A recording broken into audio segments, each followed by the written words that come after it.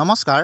ভোগালী বিহুৰ দিনাখনেই মুখ্যমন্ত্ৰী মহোদয়ে কৰ্মচাৰীলৈ এটা ভাল খবৰ দিছে। তেখেতে সামাজিক মাধ্যমত লিখিছে, government of Assam has formed a cabinet sub committee to address the grievances regarding the pay and remuneration of ASHA workers.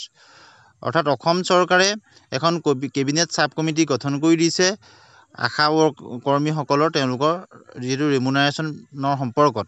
Asha helpers and mid day meal workers, এই আশা ৱৰ্কাৰ, আশা হেল্পাৰ আৰু mid day meal ৱৰ্কাৰসকলৰ লৈ কমিটিখনত চেয়াৰপাৰচন হিচাপে আছে সন্মানীয় মন্ত্ৰী অজন্তা নেওগ। তেওঁ হ'ল বিত্ত বিভাগ আৰু ওমেন এণ্ড চাইল্ড ডেভেলপমেণ্টৰ মন্ত্ৰী। আৰু দ্বিতীয়তে কমিটিখনত আছে Shri Ashok Singhal, honourable minister of health and family welfare, আৰু লগতে আছে Ranoj Pegu, honourable minister of education and tribal affairs, আৰু লগতে আছে Pijush Hazarika, minister of water resource. আপোনালোকে নিশ্চয় গম পালে। এখন কমিটি গঠন কৰি দিছে কেবিনেট সাব কমিটি, আৰু এই কেবিনেট সাব কমিটিখনে এই সকলোখিনি দিশ চাই তেওঁলোকে ফেব্ৰুৱাৰী মাহৰ 15 তাৰিখৰ আগতেই এই সকলোখিনি ৰিপৰ্ট তেওঁলোকে ছাবমিট কৰিব। আৰু আশা কৰা হৈছে যে অতি শীঘ্ৰেই ভাল খবৰ তেওঁলোকলৈ আহিব।